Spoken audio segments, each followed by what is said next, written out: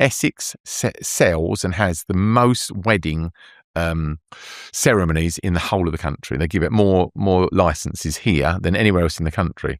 Well, we knew that would be the competition. So why would we do it the same? So we looked for a blue ocean of how to make it better in that sector.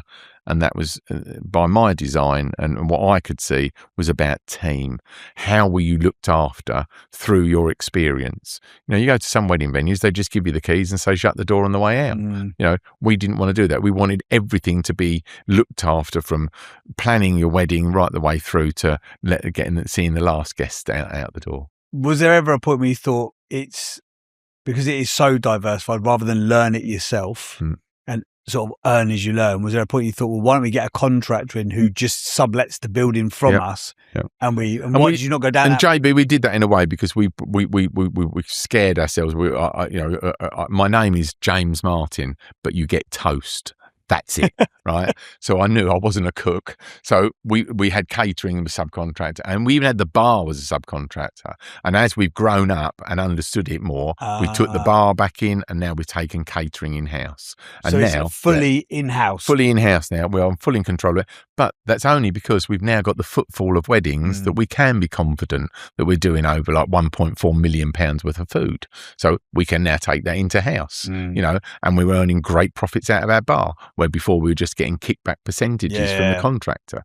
So, I've still got my monitor on, my head on, to baby steps, understand education before you dive in. Because, I've got some ripped scars in my back from where I've gone early on stuff and not understood it. I need stuff to, is Mr. Martin bright? Well, he's bright after a while because it takes time for it to get in. And once it's in, then I've got it in and I understand it. But you need to understand the technicalities of what it is. You do not retain a customer. So guess what? You're now spending £5,000 to £10,000 a month on a robust funnel with subcontractors that are SEO, pay-per-click, social media, a full-time videographer, promoting our team of loveliness to make sure that those customers are coming to look at Baddow Park House.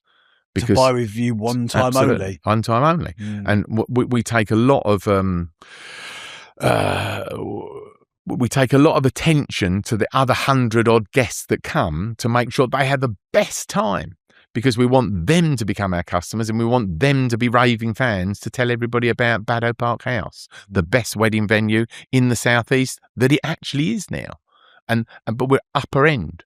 There's lots of lower end venues, but we are upper end. We are not the cheapest in the market, but we deliver the absolute best service you can get. I can see that from the team, though. They are. I mean, you've eaten here and been to lunches and stuff here. Our team are on point. I don't mind on this podcast, whatever he's showing off. No, I'm not. They are absolutely are.